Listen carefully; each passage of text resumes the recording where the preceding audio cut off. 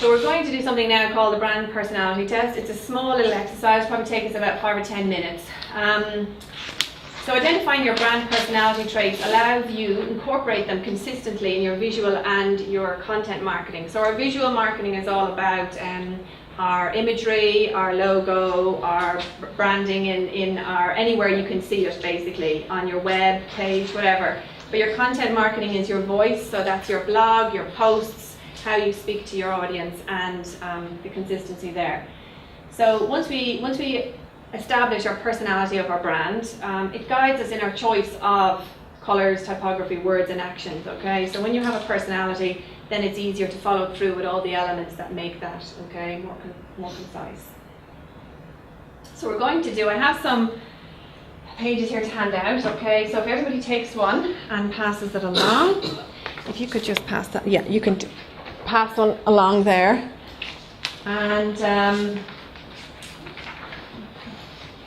what we have here is a brand personality spectrum. On the spectrum you've got different extremes. There's no right or wrong here, it's where you feel you comfortably sit. So for example, is your business or your product about personable and friendly, or corporate and professional, or somewhere along that spectrum? So if you could circle where you think your brand sits on that spectrum, and similarly moving down to then the next spectrum, spontaneous, high energy, or are you more careful thinking and planning? So just circle where you feel you sit on each of those spectrums, on each element, okay? Are you more modern, high-tech, or classical and traditional? So don't overthink this. It's fine to circle where you envisage your business, even if you're not there yet. Did you get? So yeah, I do bounce around a little bit. So let's just look at what it suggests, okay? If you're mostly to the left, yes, you're more contemporary and vivacious, zippy, breezy, spirited and energetic. Mostly to the right, it's not about trying to pigeonhole you. It's giving you, I guess, some more thought processes to identify where you want to sit with your brand. Are you mostly to the right? That is more conventional, maybe more traditional and polished, more for the professional arena.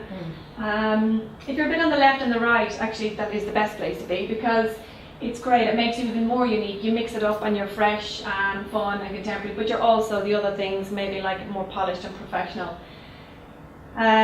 What we suggest is that if you're in the middle on a lot, it means that you're on the fence and you're neither here nor there. So it's a bit like, okay, jump in, be one or the other. You can't be sort of, just I wanted to go in right the down the middle. Yeah, and that's playing it safe. Yeah. And this is what it's all about with a brand.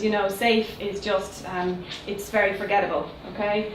Nobody will remember that brand, okay? You have to be, when Apple brought out their packaging and it's just white, people would think it forgot to go through the printing process, but they decided to be bold and brave with that, and that's what they're remembered for.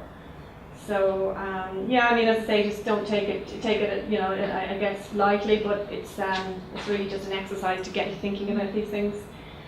And another exercise is our colour motion guide. Colours say so much about what we represent, and this colour chart is illustration of the various emotions associated with each colour in the colour chart. And as you can see, some of the big brands where they sit there. So for example, taking it to a local level, my brand is using 3 colours, dark orange, light orange, and a version of blue, which is it's a teal I use. So I'm tapping into hopefully some friendly confidence and creativity, and it's a warm colour. And also I have of the blue some sort of trustworthy dependence in there as well, and strength. So for example, if you're a naturopath or somebody into healing, you would maybe move further down the colour guide here and use colours like earth tones and greens, or softer whites and greys. It would probably not be recommended to put in red in there. Interestingly enough, I'm working with a personal trainer at the moment, and they have on their website a lot of black. So I was immediately struck by the black. And as we looked at their target audience, their profile, it's 80% women. So there's obviously a disconnect there somewhere, because I don't know about you females in the room, I certainly wouldn't identify with a black on a website if it's especially to do with health and fitness and well-being. So that's quite an obvious one. Okay, so we talked about the colour emotion guide and how important it is identifying your colour palette for your brand. And this is one of my favourite online free tools that helps with that process, and it's designseeds.com. So as you can see, it goes through some imagery, some real life photography, and how the colour palettes contribute to that.